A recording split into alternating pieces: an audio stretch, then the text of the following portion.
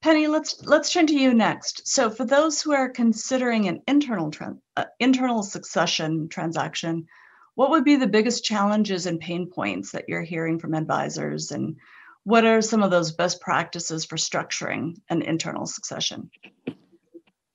It's a great question, Carolyn, and a big question. I'll try to answer it in the 2 to 3 minute time block I have. First, I would say, and this is my answer to any question about M&A and succession planning.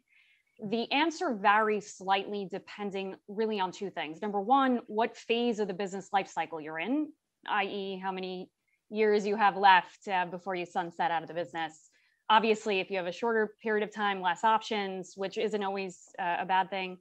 And secondly, the role that you want to play in your future business. And that second piece is critically important because I think advisors haven't spent a lot of time, especially the ones that have 7, 10 plus years to go, haven't really spent a lot of time thinking about what they want their own role to be in that business. And so I'll unpack those two questions to the questions a bit. The first part of that statement, and this is one of the major challenges with internal succession, is that we've, as an industry, told advisors for decades, you got to be the CEO of the business, advisor, practitioner to CEO. And what's happened, I think, for many advisors is they've gotten to a place where they're now in the final inning or stepping into the final inning and they're exhausted.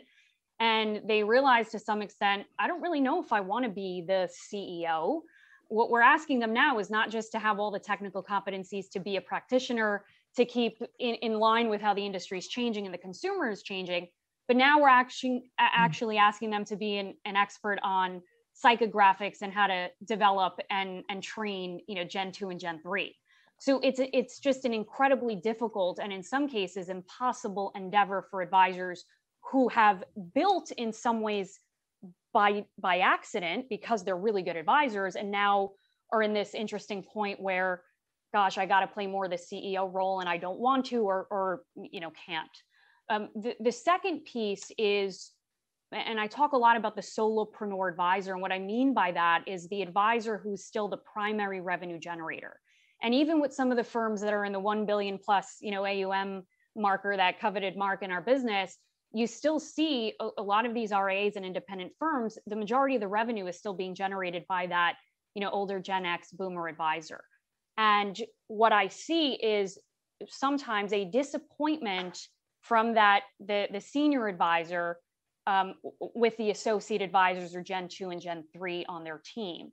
The idea, I think some advisors have this idea that they're going to bring in Gen 2 and Gen 3 and they're going to be rainmakers the same way they were 40 years ago in the business.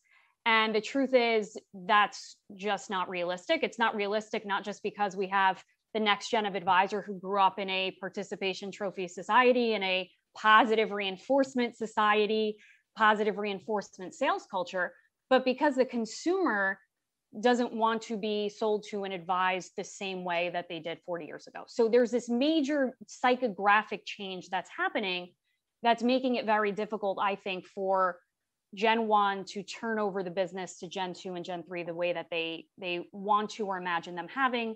And then the third challenge, I would say, Dave alluded to it. Valuations are at an all-time high.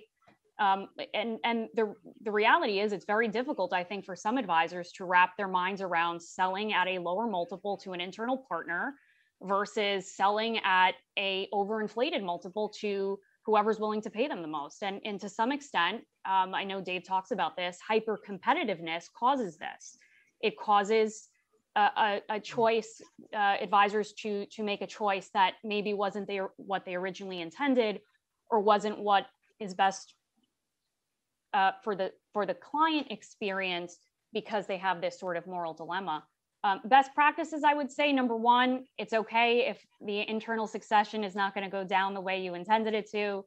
Number two, create pathways for individual advisors, associate advisors on your team that reflect their learning and development styles. And then third, focus on institutionalizing client acquisition beyond you as the revenue generator.